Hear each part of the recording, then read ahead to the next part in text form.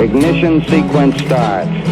6, 5, 4, 3, 2, 1, 0. Liftoff. We have a liftoff.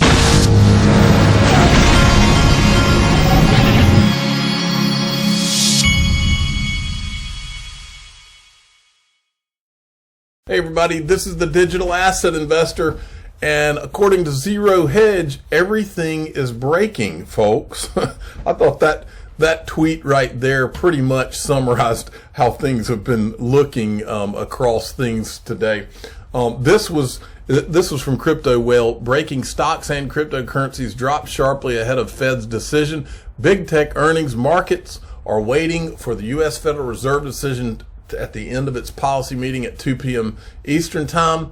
And then this is what came out. XRP Crypto Wolf had put this out. The Federal Reserve will keep interest rates near zero and asset purchases at $120 billion a month as economic activity moderates. The Fed agreed to continue monetary policy until inflation averages 2% over time. They don't expect 2% inflation until 2023.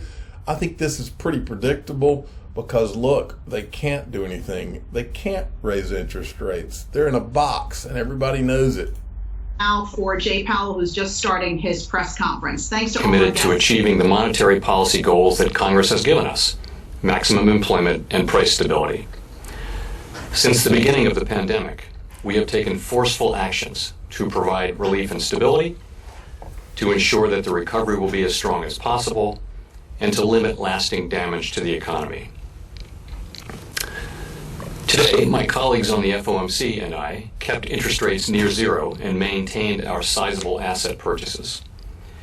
These measures, along with our strong guidance on interest rates and our balance sheet, will ensure that monetary policy will continue to deliver powerful support to the economy until the recovery is complete.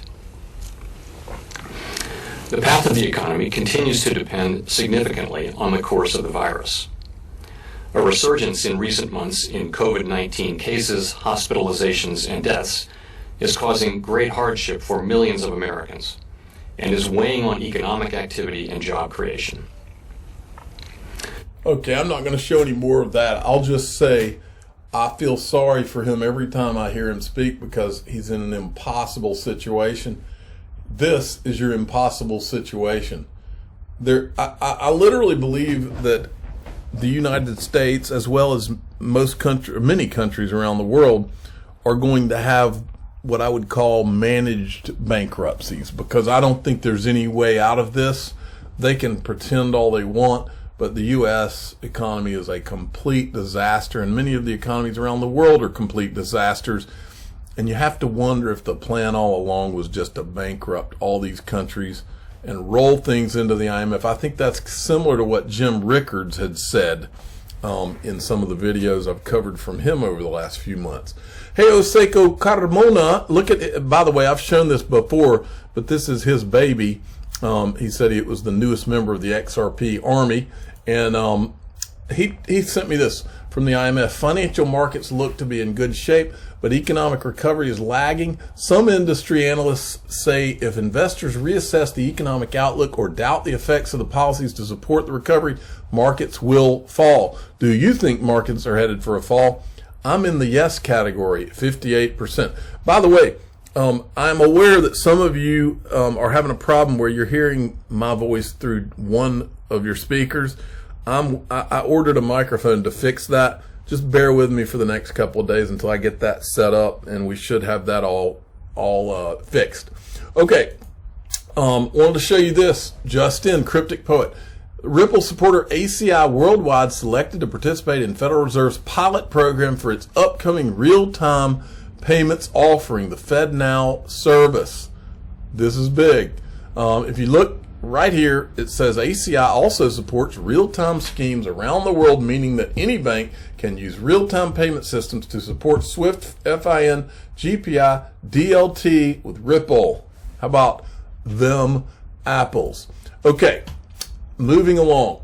Digital Perspectives sent me this. Give him a follow if you would. That's Brad Combs. He sent me this. I'm going to start this at the 30-minute mark. I had not seen this. I think it's a little older, but this is interesting right here. Now, tell me what you think Brian Brooks is describing here. Doing.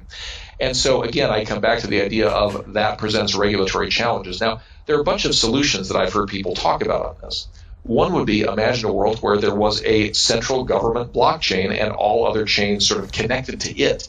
And the government blockchain allowed the government to make its own changes, and as it saw errors in the code or discriminatory features, it could simply go in directly and fix them. I mean, that could be a potential solution. Who could be that solution? That sure sounds like interoperability that he just described.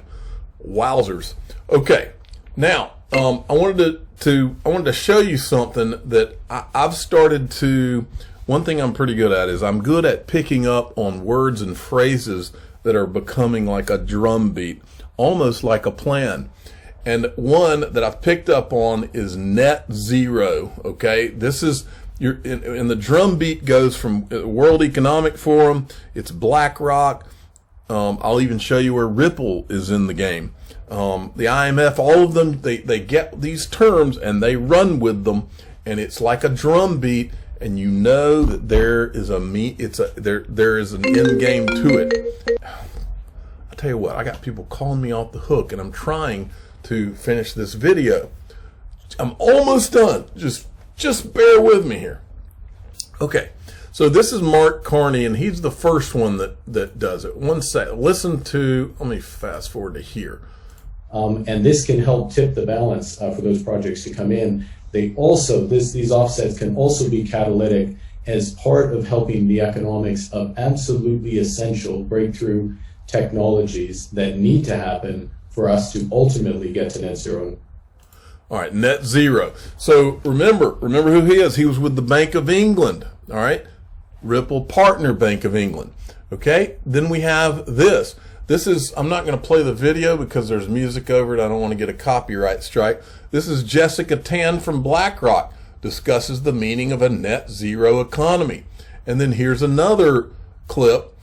This is the guy from CNBC, and he's talking about the BlackRock CEO, Larry Fink, issuing a letter. And remember, Larry Fink is on the board at the World Economic Forum. And he says, I asked them to report their path towards a net zero carbon footprint. Okay.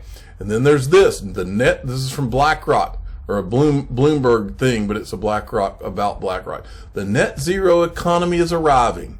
And then here it is again. The net zero economy is arriving.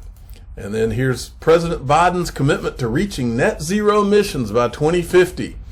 And then we have Ripple, October 16th, 2020.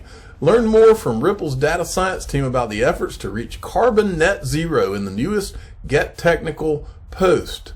And you'll need to take note, there's a Bitcoin grave around in a reply. This crypto bull replied with a Bitcoin grave.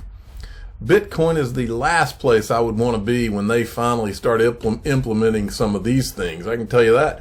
Then Ripple just happens to tweet this out today.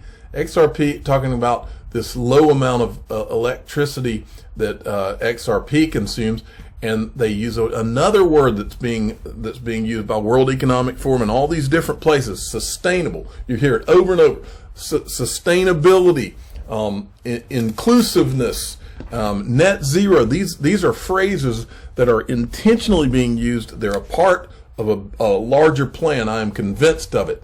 Now, this is the article that they just tweeted, and it's an old article which they keep on pumping this sustainable future. In other words, the XRP ledger is sustainable. It's economically friendly. Bitcoin is not. Proof of work is not. That's what this is all about. XRP Yo-Yo sent me a short video that was going around a while back, but it's just a reminder. This is at the Paris FinTech Forum. This is Christine Lagarde, I believe, when she was at the IMF. She's now at the ECB. Listen to what she says. Into new technologies that will actually change the way in which intermediation is conducted. Eliminate some of the barriers, including the unconscious biases that exists out there. And I think in the banking system at large in many countries, the difference will not be between those who are disrupted and those who survive, but it will be between those who are cannibalized because they are not seeing it coming and they're not embracing it, and those who self-induce that cannibalization. And I'm using cannibalization on purpose because it's a bit of a striking, horrible word. But it's really what it means. It's you're going to disrupt your business model, you're going to change it, you're going to reduce your cost, you're going to expedite your transactions, and you're going to continue to inspire confidence because you will build that on the basis of an existing backbone, which is your bank and the confidence relationship that you've established with your customers. So that's where I see changes happening now. If you think of Circle and Ripples and all those, that's where they are active and help. Circle and Ripples.